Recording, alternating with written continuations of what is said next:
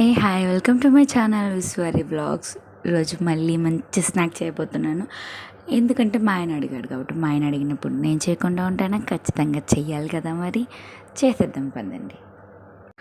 Stove మీద చిన్న గిన్నె పెట్టుకొని కొంచెం వాటర్ వేసుకోవాలి. దాంట్లో చికెన్ బంగాళదుంప రెండు వేసి మెత్తగా ఉడికించేసుకోండి. కొంచెం లైట్గా సాల్ట్ వేసుకొని కుక్కర్లో అయినా ఉడికించుకోవచ్చు. కుక్కర్లో అయితే త్వరగా ఉడికిద్ది. నేనేదో కొంచెమే ఉంది కదా చికెన్ అన్నట్టు రెండు కలిపి చిన్న గిన్నెలో ఉడికించా. తర్వాత బంగాళదుంపలు తీసుకొని అవి మెత్తగా మెదిపేసుకోండి స్పూన్తో.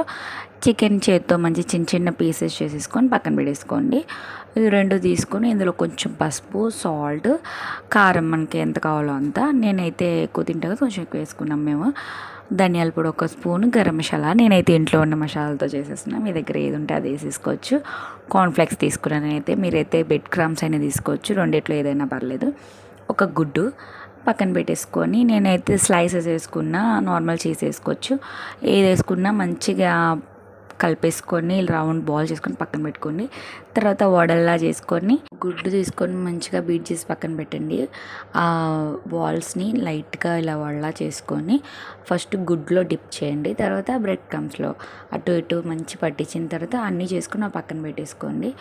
ఆయిల్ పెట్టుకొని మనకి ఎన్ని సరిపోతాయో అన్నీ వేసుకుంటూ మొత్తం ఫ్రై చేసుకొని రెడ్గా ఫ్రై చేసుకొని పక్కన పెట్టేసుకోండి.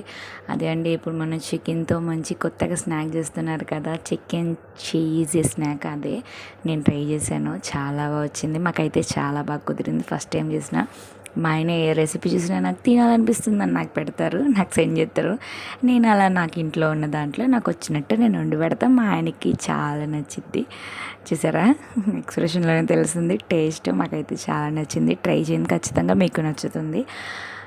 ఇలాంటివి మంచి మంచి అప్డేట్స్ మీకు కావాలంటే సబ్స్క్రైబ్ మై ఛానల్.